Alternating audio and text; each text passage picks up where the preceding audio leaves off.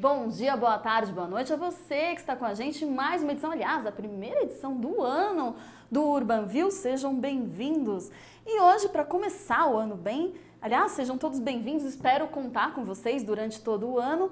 E hoje, para começar, dar o start aí no Urbanview, a gente vai fazer uma retrospectiva de alguns programas do ano de 2003. Para começar, eu tenho o programa do Alexandre Lopes, que eu vou pedir para o pessoal da Switcher colocar para vocês alguns trechinhos do programa. E se você quiser conhecer um pouquinho mais também do programa Urbanview, acessa www.urbansystems.com.br.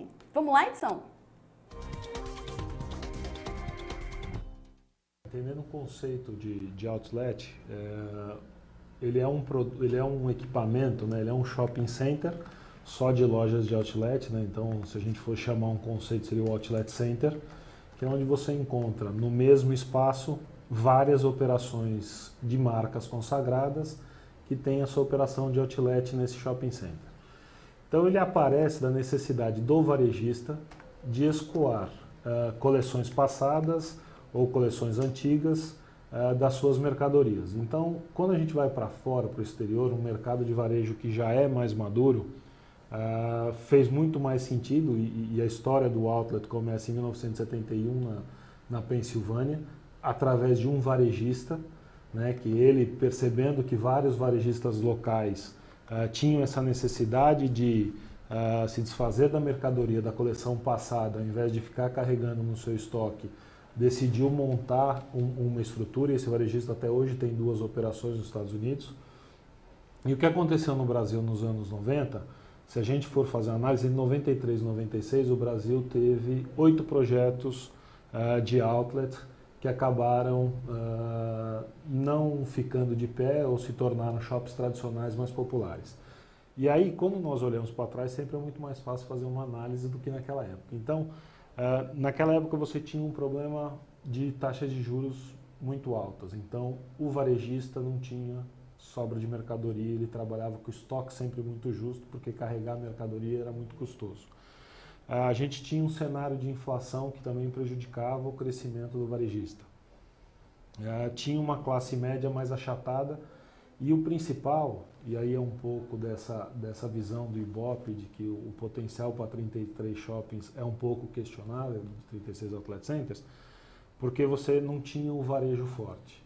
Não existe outlet sem um varejo forte, porque se eu não tiver tamanho, volume, eu não consigo manter uma operação outlet o ano inteiro com saldo de mercadorias.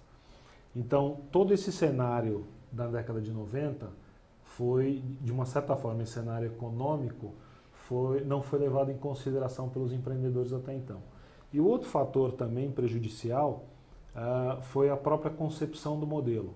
Então, a maior parte desses, porque nós tivemos modelos em São Paulo, Rio de Janeiro, Porto Alegre, enfim, São José dos Campos, em vários lugares do Brasil. Todos eles acabaram sendo adaptados, muitos deles, aliás, adaptados em prédios já existentes, antigas fábricas que se tornaram um shopping, a ideia no formato outlet.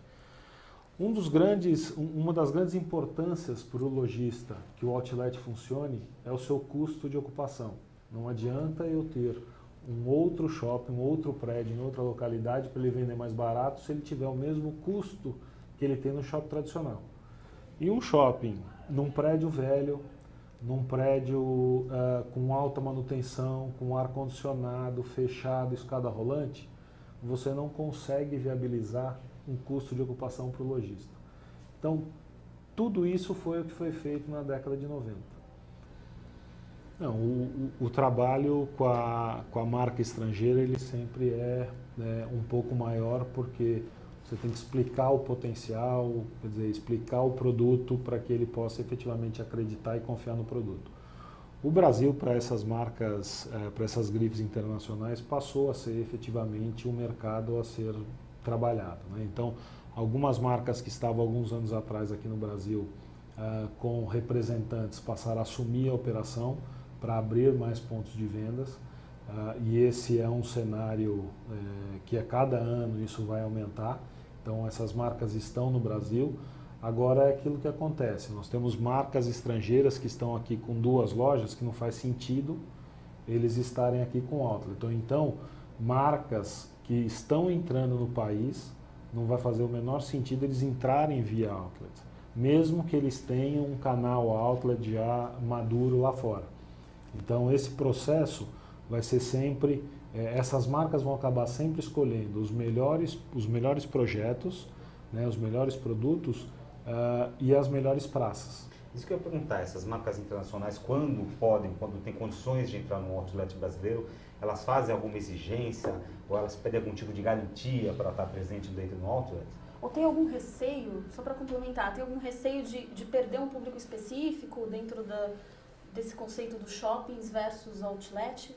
Não, porque elas estão acostumadas lá fora a conviver com esses dois mundos, né? O que acaba acontecendo é uma exigência muito em termos de produto, né? De quais são as outras marcas que vão estar no empreendimento, esse tipo de exigência, né? Muito menos com relação a garantias ou coisa desse tipo, né? Então a grande dificuldade mesmo é eles já terem um produto suficiente para ter as suas lojas no formato outlet. O que é mais interessante, e quando você falou que as mulheres adoram os outlets, o público masculino também consome muito no outlet. Porque o público masculino leva muito aquela questão do racional. E aí é uma boa justificativa para você fazer grandes compras. Porque tudo justifica, tá barato, então valeu a pena eu comprar. Né? Então a gente tem um número de público masculino bastante alto. No primeiro outlet nós pensávamos num espaço para que o marido, um pouco daquele negócio de deixar uma sala de estar para o marido, para que a mulher pudesse consumir, mas a grande surpresa é que o homem consome tanto quanto a mulher no mercado de outlets, e aí o racional fica fácil de explicar. É barato, nós podemos comprar. Tem um argumento também que é o argumento que eu utilizo, quer dizer, já que eu estou aqui acompanhando uma esposa, então vamos comprar também. Vamos comprar. Já tenho que esperar, vou comprar alguma coisa. Normalmente são pessoas casadas, são famílias, consomem muito em família, ou tem o pessoal mais individual? Acaba sendo muito família, né? Porque o consumo do outlet são volumes maiores, né? Você tem valores individuais menores. Então, um produto com 60% de desconto, com 50% de desconto, com 70% de desconto, quer dizer, eu levo 2 produtos, então eu acabo fazendo a mesma compra em termos financeiros, mas eu acabo levando um volume maior. E isso, obviamente, faz muito mais sentido para quem? Para os casais de 24 a 50 anos que estão naquela fase de ter efetivamente um consumo maior por causa de filhos, por causa de família. As datas sazonais diferem um pouco, né? Diferente do shopping tradicional, que no dia 23 e 24 de dezembro são os melhores dias do ano, no outlet isso não acontece, porque você tem um deslocamento, é uma compra mais programada, né? Então o Natal acaba sendo antecipado, né? Existe uma preparação para essa compra e para fazer o volume, né? Então basicamente é esse o perfil desse cliente. Em termos de renda, nós temos, diferente até de outros mercados, que acabam sendo shoppings até mais BC, né? Em outros países é um público mais BC, porque é o cliente que não importa a coleção, mas importa a marca, a qualidade. No Brasil a gente tem um perfil mais dividido, mais homogêneo, né? Então a gente tem clientes das classes B, das classes C, mas a gente também tem bastante cliente classe A. Tem atacadista que compra para revender? Isso não é usual, né? O que acaba acontecendo são algumas que a gente chama aqui quando aquelas pessoas que vão para os Estados Unidos de repente traziam malas de produtos para revender aqui, que são as sacoleiras.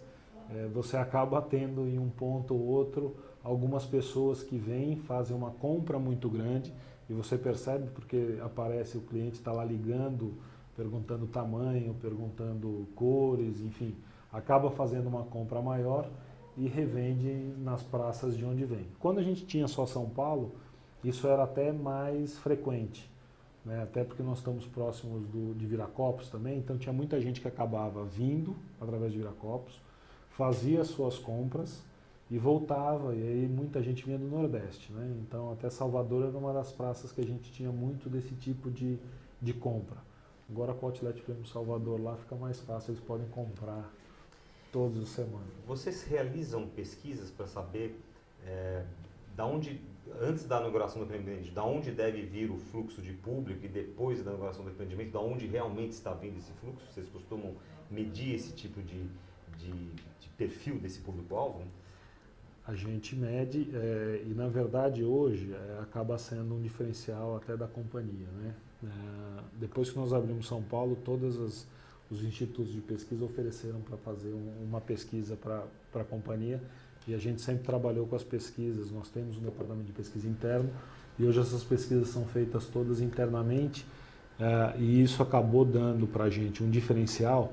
Para cada vez que nós vamos para uma nova praça, é muito mais fácil você escolher a localização, você abordar o cliente, porque você hoje sabe o que esse cliente está procurando, né? Então, desde localização até o raio de abrangência, porque o raio de abrangência, diferente do shopping tradicional, no outlet ele é muito maior, né? Porque a pessoa se programa efetivamente para ir. Então, esse trabalho ele é feito pré-inauguração, na verdade ele é feito até um pouco pré-compra de terreno, né? Porque se a gente tem uma pesquisa demográfica da região e onde é o eixo para se colocar para atrair um público maior, né? Muito bem, você viu a participação então do Alexandre Lopes, falando de outlet no Brasil e a entrada de novas marcas nesse mercado. Bom, agora eu convido vocês a assistir um pedacinho do programa que teve a participação do Aloísio Bonfim. Então, bom proveito, daqui a pouquinho a gente volta.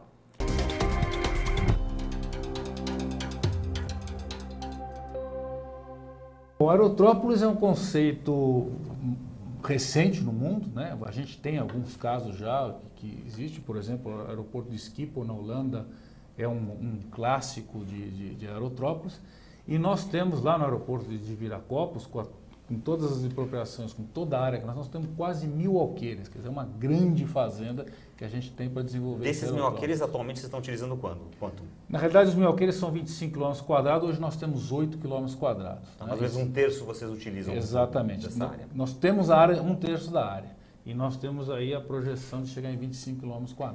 Então, Aerótrópolis, digamos, o nome diz, né? A cidade polis aéreo, quer dizer, é o conceito de você transformar o aeroporto realmente numa cidade. Você integra todos os serviços aeroportuários com hotéis, com escritórios, com lojas, com shoppings, com serviços. Então, você faz uma vida dentro do aeroporto. E por quê? Porque normalmente o aeroporto é um local que tem boa acessibilidade, isso particularmente na Europa. Você tem trem, metrô, etc. Você tem acessos rodoviários, né? Por exemplo, no caso da Alemanha, você tem um acesso ao porto, né? Então ele acaba virando um núcleo, um centro de negócios.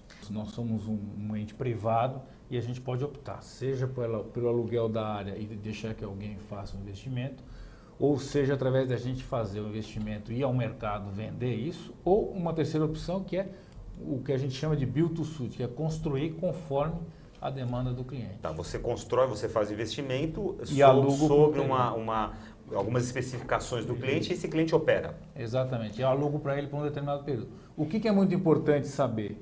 Passados 30 anos de concessão, todos os bens e todos os investimentos que estão feitos no aeroporto passam automaticamente à União. Então, isso em negócio imobiliário tem gente que não gosta.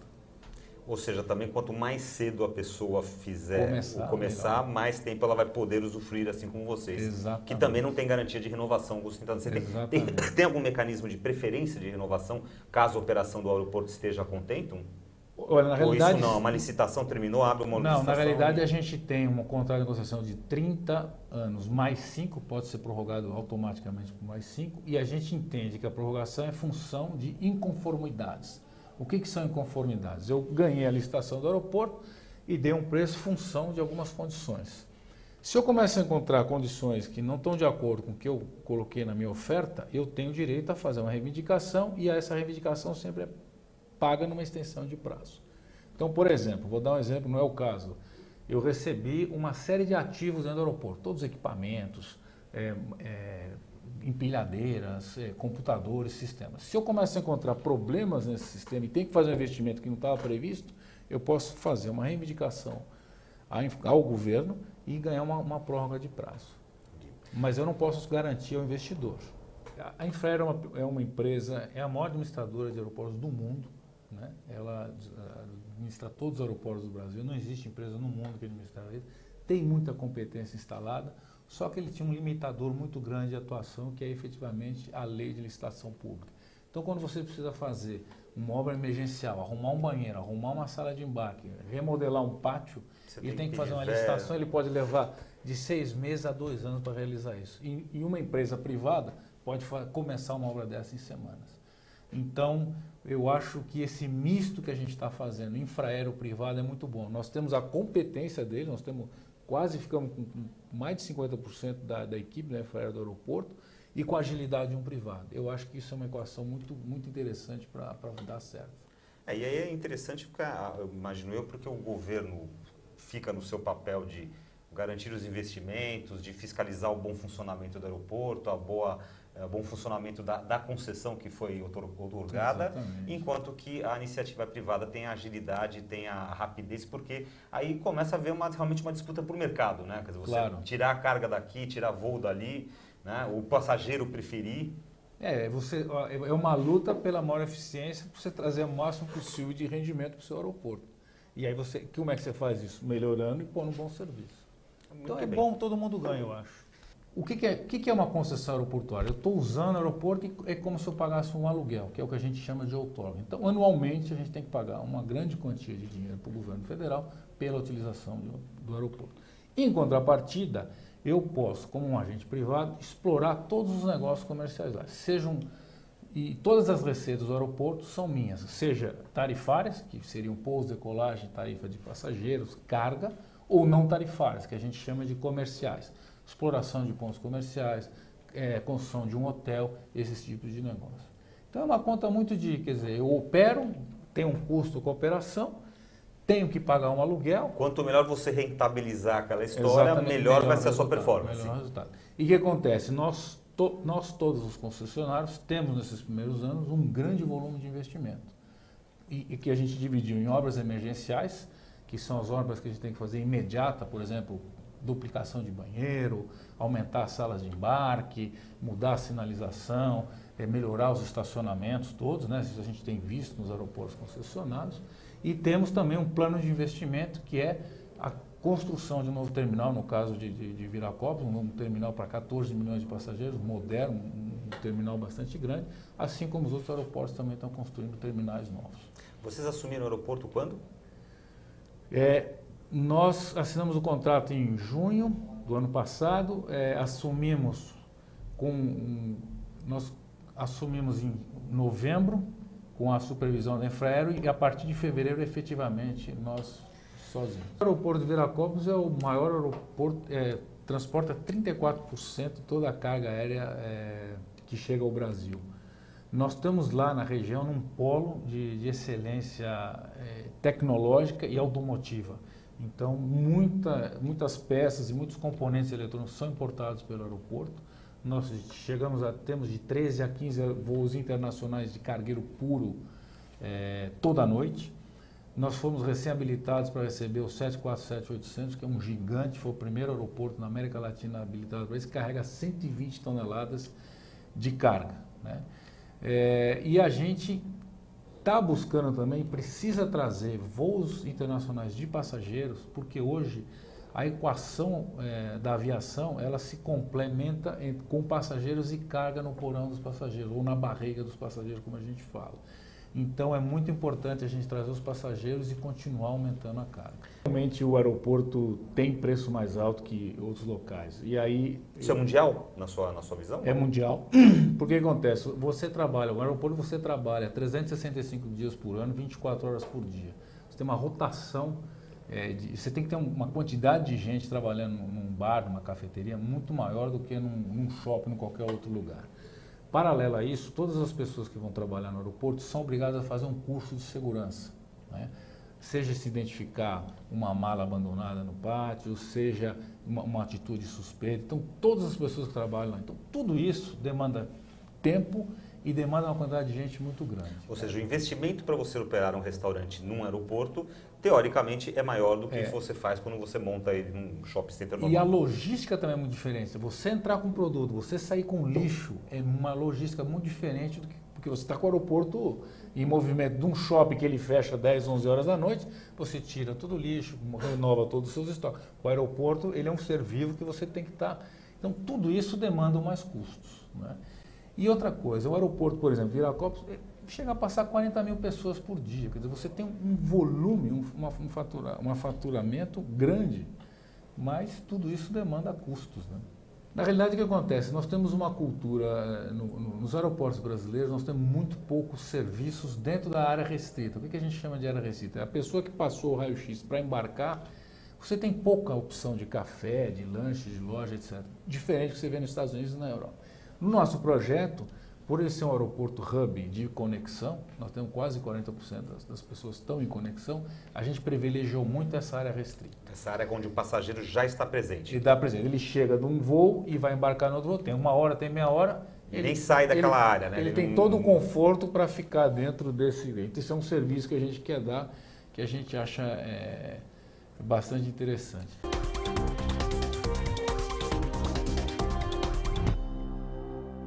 Muito bem, você assistiu um pedacinho do programa com Aloysio Bonfim, responsável pela reforma e ampliação do aeroporto de Viracopos. Ele conversou um pouquinho com a gente sobre o setor aeroportuário. Bom, agora eu convido vocês a conhecerem um pouquinho mais do que a gente conversou no programa com o Flávio Maranhão sobre o projeto Ruas do Futuro. O Ruas do Futuro foi iniciativa da empresa, do Grupo City, né, em especial da empresa City, que procurou a universidade para desenvolver tecnologia, ajudar a desenvolver tecnologias que viessem de encontro a esses problemas da sociedade. Todos, não. Em especial a empresa que está liderando isso, que é a empresa City, ela tem um foco especial em pavimentação. Então, ela procurou a universidade para encontrar alternativas para desenvolver pavimentos para ajudar a sociedade. Então, dentro daquela coisa de escoa a água muito rápido. Qual a alternativa que existe no mundo? Pavimento drenante. Pisos que façam a água entrar pelo solo, que ela seja retardada e que isso vá postergar um pouco o escoamento da água. E o segundo passo que foi feito, um segundo passo foi encontrar alternativas para despoluir o ar atmosférico. O ar atmosférico. Essa é uma coisa nova, né, que é fruto de um trabalho de desenvolvimento bem grande da empresa City, junto com a universidade, que em conjunto com empresas multinacionais, em conjunto utilizando os conhecimentos de nanotecnologia, colocou uma partícula pequena de oxitânio que ela consegue degradar 2 dos principais compostos que estragam a vida urbana, estragam o ser humano, que é o NOx e o SOx. E aí vale uma ressalva. A gente... O NOx e o SOx. Exatamente, Gilberto. A gente, quando fala muito de poluição, do efeito ser humano, a gente fala muito em monóxido de carbono, dióxido de carbono. Efetivamente, para o ser humano, quem estraga a vida é a quantidade de nitratos, NOx, ou de enxofre, de SOx. Daí aquela briga que teve há um tempo atrás de reduzir a quantidade de enxofre no diesel, liderado pelo Instituto Eto, liderado por toda a sociedade civil aí, que ganhou, pelo menos em parte, essa briga com a Petrobras. Conseguiram fazer uma lei que diminui o teor de enxofre nos combustíveis, no diesel, né? No diesel, isso. Só que aí tem um problema. Quando a gente usa biocombustíveis, seja biodiesel, álcool, a quantidade toda que seja, aumenta as emissões de nitratos, aumenta as emissões de NOx. Então, em princípio, nos aglomerados urbanos, o aumento da quantidade de NOx vem sendo verificado. E há uma correlação direta com o número de internações dos grandes centros urbanos, como São Paulo, Rio de Janeiro e outros fora do país, e a quantidade de NOx, ou de nitratos, presentes na atmosfera. O fato é que nossas cidades, o processo de aglomeração urbana, ela trouxe aumento de qualidade de vida porque é possível fornecer mais serviços à população. Isso está falando em termos de fornecimento de água tratada, fornecimento de esgoto, tratamento, né? Vias urbanas, acessos fáceis, mobilidade, e hospitais, educação. Então, quanto mais se concentrar, desde que a gente entenda que os recursos são finitos, melhor, porque fica mais facilmente, faz mais fácil fornecer esse serviço. Agora, à medida que as coisas começam a ganhar grandes proporções e os aglomerados urbanos, eles cresceram com poucas regras, e isso que aconteceu no Brasil. De forma desordenada. Totalmente desordenada, totalmente não, mas boa parte desordenada, essa facilidade começa a virar um problema. Então, o que nós ganhamos de qualidade de vida porque tem mais acesso ao hospital, a gente está perdendo um pouco porque tem mais poluição. O que nós ganhamos por mais vias, ter mais acesso à mobilidade, a gente está perdendo porque fica parado no trânsito. Então, o que a gente tem que ter consciência é que as cidades estão criadas, elas estão criadas com essa dificuldade. Não adianta a gente voltar ao romantismo dizendo que seria melhor se fosse... Claro que seria melhor se fosse de outra maneira, mas não é. Se a gente pensa em qualquer intervenção urbana que tem que tirar pessoas de onde elas moram, da população onde elas habitam, há um apelo popular muito grande para que isso não aconteça. Porque o processo de tirar pessoas de um lugar para outro é demorado, caro e normalmente não bem sucedido. A gente vê isso claramente aí em obras de metrô, ou mesmo uma obra importante aqui em São Paulo que foi paralisada ou cancelada por um tempo, que foi aquele túnel na Roberto Marinho, que ia acontecer, as empresas já estavam mobilizadas e por um motivo, por razões que o prefeito preferiu, a prefeitura preferiu postergar esse projeto. Então, na minha visão, só tem uma alternativa. É a gente tentar melhorar o que está disposto. Esse vídeo ele é muito interessante porque ele ilustra uma iniciativa que houve na Alemanha, que é patrocinada, que é estimulada pela Comunidade Europeia para comprovar o efeito da despoluição atmosférica do dióxido de titânio em regiões com grande concentração de poluentes. Onde é que a gente conhece que tem mais concentração de poluição? Em túnel. Porque não tem ar. Não tem ar, fica tudo concentrado. A gente passa qualquer túnel aqui em São Paulo, a gente vê tudo preto dentro. Tudo preto. Tudo Sai preto. do túnel passando mal. Se ficar parado, e de vez em quando a gente fica, né? Tá tudo preto. Então, como é que eles estão provando? Qual é a lógica deles? Vamos provar que dá certo no caso extremo. Além daquelas cidades que eu falei para vocês, já tem iniciativa há vários anos. Mas a Comunidade Europeia tem um projeto interessantíssimo, que é o Photopec, que eles estão aplicando a tecnologia de revestimento com dióxido de titânio em túneis e estão medindo quanto diminui de NOx e SOx. Isso que está acontecendo no vídeo é a aplicação do dióxido de titânio? É todo o processo de aplicação. Então, ele aplica por spray, primeiro lava, aplica com spray e, como eu falei para vocês, para que ele funcione, precisa ter radiação ultravioleta. Isso que eu também pensei dentro de um túnel, como é que a gente vai fazer para ele poder reagir?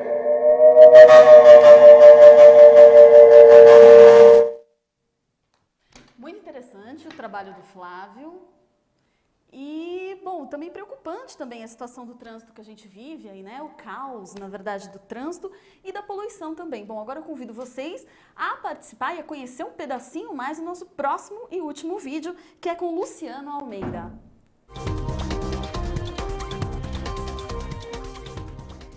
Bom, a Invest é uma empresa criada há 5 anos atrás, na verdade operando há 4 anos, com o objetivo único e exclusivamente de ser a porta de entrada no governo a todos aqueles que aqui investem, né, sejam novos investimentos ou aqueles que aqui estão e queiram ampliar os seus investimentos. Além disso, esse trabalho que nós desenvolvemos é um trabalho gratuito, é uma consultoria gratuita, porque o objetivo final da Invest é criar emprego e gerar renda. Então, basicamente, essa é a estrutura da Invest São Paulo, né? Nós temos uma equipe de especialistas em áreas tributárias, em áreas de infraestrutura, em áreas ambientais, que viabiliza com que a empresa, seja se ela precisa falar com o município, com o Estado ou com a União, ele não precisa mais ir em lugar nenhum. Ele apenas vem na Invest São Paulo e a partir daí nós cuidamos de todo o processo de investimento dele até ele iniciar a sua produção ou a sua prestação de serviço. O São Paulo ela tem uma diversidade, né, que ela praticamente abarca todos os segmentos econômicos.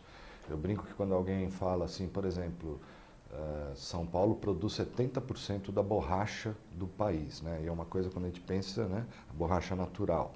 Ou a gente produz 55% da laranja consumida no mundo.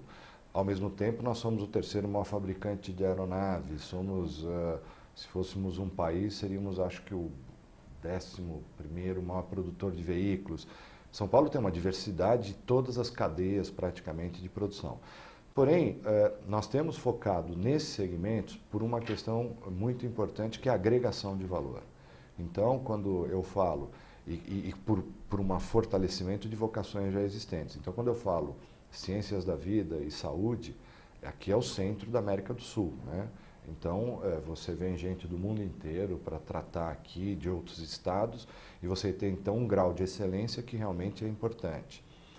Você tem aqui também, nós somos um hub, obviamente, financeiro, mas eu nem trato isso como um setor estratégico, porque o setor financeiro ele já é consolidado, principalmente na cidade de São Paulo. Quando eu falo defesa aeroespacial, é porque é um centro, um mundo de oportunidades, que só São Paulo, o estado de São Paulo tem capacidade, principalmente em regiões como São José dos Campos, Campinas e algumas outras regiões do estado, que tem já uma base para poder recepcionar e proliferar, que é um setor de futuro. TI, porque isso é óbvio, né? Nós temos aí também um setor de futuro, e Green Economy, porque está no DNA do governo do estado. Nós, acho que além da Califórnia, nós somos o estado mais comprometido com questões ambientais, mesmo tendo esse desenvolvimento econômico. Tem alguma área que vocês estão prospectando que talvez daqui a alguns anos também possa estar inserida dentro destas que você apresentou? Existe eu não vou chamar de setor estratégico, mas aí eu gosto muito de falar nele, porque eu acho que tem muito a ver, que é a atração de centros de P&D, aí seja de qualquer setor econômico. Por quê? Porque mais de quase 60% da produção científica do país é feita aqui, 72% dos recursos gastos por todos os estados brasileiros em P&D, 72% é o governo do estado de São Paulo. Você tem aqui, né, as 3 maiores universidades da América Latina, 19 institutos de pesquisa, parques tecnológicos, incubadoras. Então, existe uma ambiência de atração na área de projetos de pesquisa e desenvolvimento que não tem como, e aí nós temos feito um trabalho muito forte nesse sentido. O último que nós anunciamos agora há pouco foi o centro da Lenovo, por exemplo. Então, quer dizer, isso tem tudo a ver, porque não tem como, se você não trouxer a inovação, nós já estamos com um problema sério de competitividade. Está difícil vender Brasil, não é vender São Paulo, está difícil vender Brasil lá fora, muito difícil. Existe uma desconfiança institucional dos investidores em relação ao Brasil? O Brasil, as pessoas falam muito, mas o Brasil já deixou de ser a bola da vez. Isso é uma verdade absoluta. Na verdade, o modismo, tudo que envolveu, a questão de mercado interno não é mais um tema suficiente para convencer investimentos para virem para cá, principalmente porque nós estamos numa segunda onda. As grandes empresas praticamente já vieram, e agora você vê pequenas e médias empresas que querem vir para cá, mas a insegurança institucional, não é jurídica, né, que o Brasil muda marcos regulatórios, muda a regra do jogo, o custo Brasil, em virtude de tudo isso, está quase que tornando inviável algumas empresas aqui investir, porque o mundo é nosso concorrente. Eu brinco que em 2008 era Rússia, China, Índia e eventualmente México. A Argentina não era, ninguém era. Mas agora é Indonésia, Vietnã, Camboja, Tailândia, o México muito forte. E hoje até os Estados Unidos passou a ser um grande concorrente nosso, porque está muito mais barato produzir nos Estados Unidos do que no Brasil. Como é que é esse processo? A pessoa entra no site da Invest São Paulo? Pode. Como é que funciona? Ela entra através do site, ela faz uma consulta inicial, há um procedimento para preenchimento dessa consulta para a gente conseguir ser mais objetivo e mais eficiente na resposta, e a partir dessa demanda, dessa consulta que é feita pelo site, nós fazemos a classificação para estabelecer que tipo de atendimento tem que ser feito, e a partir daí ele vai receber a resposta ou ele vai ser convocado para uma reunião inicial de conversação. Tem um custo? Zero. Me parece, quer dizer, São Paulo tem uma vantagem competitiva muito grande devido à sua infraestrutura, a questão de escoamento logístico, mas essa briga, digamos assim, ela existe e não se dá só na questão da guerra fiscal. Uhum. Eu queria que você analisasse um pouco esse quadro, como é que existe uma tentativa de orquestração por parte do governo federal, no sentido de harmonizar, ou é um pouco cada um por si, Deus por todos? Olha, eu acho que o primeiro ponto importante, que precisa de uma vez por todas todo mundo esclarecer, vocês dão um título aqui que São Paulo é a locomotiva do Brasil, e é. Então, quando a gente fala, né, o estado de São Paulo é 1/3 do PIB do país, né, ou seja, 1/3 da economia está localizada no estado de São Paulo. Se nós fôssemos um país, nós seríamos a 3ª maior economia da América Latina, primeiro é Brasil, segundo é México, terceiro é o estado de São Paulo. Muito bem. Bom, a partir disso, então, eu tenho uma desigualdade no país, né, de outros estados muito pobres ou menos médio pobres e tal. E São Paulo, ela é 1/3 do PIB, mas ela é 40% da arrecadação federal. E aqui é um dado muito importante. Então, de todos os tributos, imposto de renda, IPI, PIS, CONFIS, imposto de exportação, tudo que são arrecadações federais, 40% é gerado no estado de São Paulo. Deste 40%, que eu não vou lembrar números exatos aqui, mas vamos supor que fossem 170 bilhões por ano, o governo federal devolve através de convênios com municípios paulistas ou um ou outro com o próprio governo do estado, algo em torno de 29. Então, eu estou pondo um número que talvez não esteja exatamente correto, depois eu posso passar isso com mais precisão. Eu quero dizer o seguinte. Só para dar uma ordem de grandeza. Isso. Nós damos um cheque para o resto do país de 150 bilhões que são gerados aqui. O total dos recursos, porque o governo federal recebe, trava 65% e redistribui 40%, vamos também não redistribui a todos os estados do país esse 40% da arrecadação. O que eu estou dizendo aqui na prática é o seguinte, que todo o recurso gerado no estado de São Paulo é o total de recursos recebidos por todos os estados brasileiros. É como se São Paulo pagasse a conta de todo mundo. Do governo federal e dos investimentos nos estados. Então, quando vem essa discussão, mas o meu estado é pobre, São Paulo já é rico, precisamos fazer políticas de melhoria que privilegiem os outros estados da União. Espera um pouquinho. Nós já contribuímos com quase a totalidade das riquezas geradas no estado de São Paulo para com esses demais países. Não vou nem falar aqui que todo mundo vem fazer a universidade aqui, vem usar estrutura médica daqui, do sistema gratuito, não vou nem entrar nesse mérito. O que eu quero dizer é o seguinte, se os outros estados gastam mal e continuam ineficientes, nós não podemos entrar numa discussão, porque às vezes eu escuto muito paulista, que eu sou paulista do interior e não paulistano, quer dizer, eu nasci aqui, mas sou mais piracicabano que paulista do que paulistano, e eu fico todo mundo assim, mas eu tenho dó mesmo, porque eu fui lá para outro estado. Mas espera um pouquinho. Pobre por quê? Nós pagamos o nosso quinhão. Nós temos, o que eu estou dizendo é que 95% do que se gera de riqueza nesse estado, nós damos para o rei, como se fosse na época de Portugal e Brasil. Nós damos. Agora, o que nós estamos vendo é criar políticas regionais para outros estados, que sabe o que é a verdade? Tirando de São Paulo. Então, o que nós estamos fazendo é assim, na vez de eu tentar trazer os outros estados para a minha riqueza, vamos empobrecer São Paulo e nivelar todo mundo por baixo e trazer igualdade nesse país. Então, muito cuidado com essa discussão, porque a guerra fiscal, que hoje é a discussão do ICMS, porque se São Paulo fez a sua lição de casa, é porque ela conseguiu ter autossuficiência na sua própria arrecadação de impostos estaduais. Quando começa uma discussão agora da guerra fiscal, que é a guerra de ICMS, então é o seguinte, tá bom, querem também tomar mais uma grana de São Paulo, que é o ICMS, não tem problema nenhum. Mas então vamos rediscutir os 40% dos tributos. Porque se o total de arrecadação do Estado de São Paulo é 150 bi, se eu recebesse metade, eu talvez não precisasse nem cobrar ICMS das empresas paulistas, só se eu retivesse 50% do que nós pagamos para o resto do país.